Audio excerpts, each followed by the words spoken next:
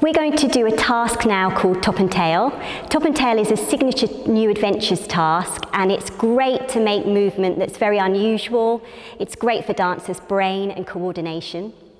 This task was used to make movement for Vicky's nightmare in the end of the show of Red Shoes. Vicky comes back to the company and she sees the dancers as her friends, but they appear heightened and distorted and almost puppet-like. We're going to show you an example of this top and tail task today. So first of all, we're going to come together as a pair. We've got Luke and Seren here, and you're going to decide who's A and who's B. I'll be A. B. Great. So all the A's, Luke today, is going to be our tail. So he's going to work, first of all, with his legs and his feet. And Seren, the B's, she's going to work with her body and her arms and her head, so her upper body. She's going to be our top. So we've got our tail and our top here. And the first thing that I want you to do is, Luke, I want you to do a phrase that's going to be 3 counts of 8. Purely just with your legs and feet. So a foot pattern, it can change direction, it can change levels, but just 3 counts of 8. And something really simple. So what's great and really important to realize about this task is simple is the most effective. Seren, you're going to do 3 counts of 8, but just with your upper body, your arms and your torso, so you can use your head and your back as well. But I'd really like you to concentrate on bringing in some of the classical influence from the piece, from Red Shoes. If you're not familiar with the classical language, it's really great to have a look at some images, some photos, and you can recreate some of those images as part of your phrase. Great. So these guys have actually had about 5 minutes to think about this already, so they're going to show us their examples now. So Luke, you go first. Shall I count? Yes. Yeah. 6, 7, 8, going 1, 2, 3, 4 and 5. 6, 7, 8 and 2.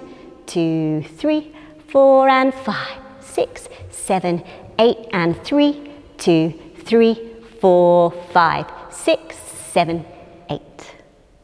Great.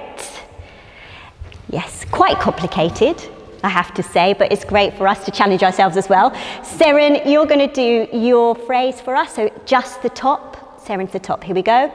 6, 7, 8 and a 1, 2 and a 3, 4 and a 5, 6, 7, 8 and 2, 2, 3, 4 and 5, 6, 7, 8 and 3, 2, 3, 4 and 5, 6, 7, 8. So the next layer is that we are going to put our top onto our tail. So for example, Luke, can you show me your first 4 counts? And 1, 2 and a 3, 4. Great. And Seren, your first 4 counts? And 1, 2 and 3, 4. Brilliant. So putting the top on the tail would look something like this. And 1, 2, 3, 4. Great. So these guys have spent about 10 minutes working on putting their top onto the tail. It can feel a little bit disjointed and uncomfortable, but it's a really brilliant process to go through. And this is what they've come up with. 5, 6, 7, 8 and a 1, 2, 3, 4, 5, 6, 7, 8 and a 1, 2, 3, 4, 5, 6, 7, 8 and a 1, 2, 3, 4, 5, 6, 7, 8. So this next layer, we're going to add the focus and the idea and intention behind the movement. So what I want you to do is I want you to really think through the focus and make sure the choices are uncomfortable and not the usual focus.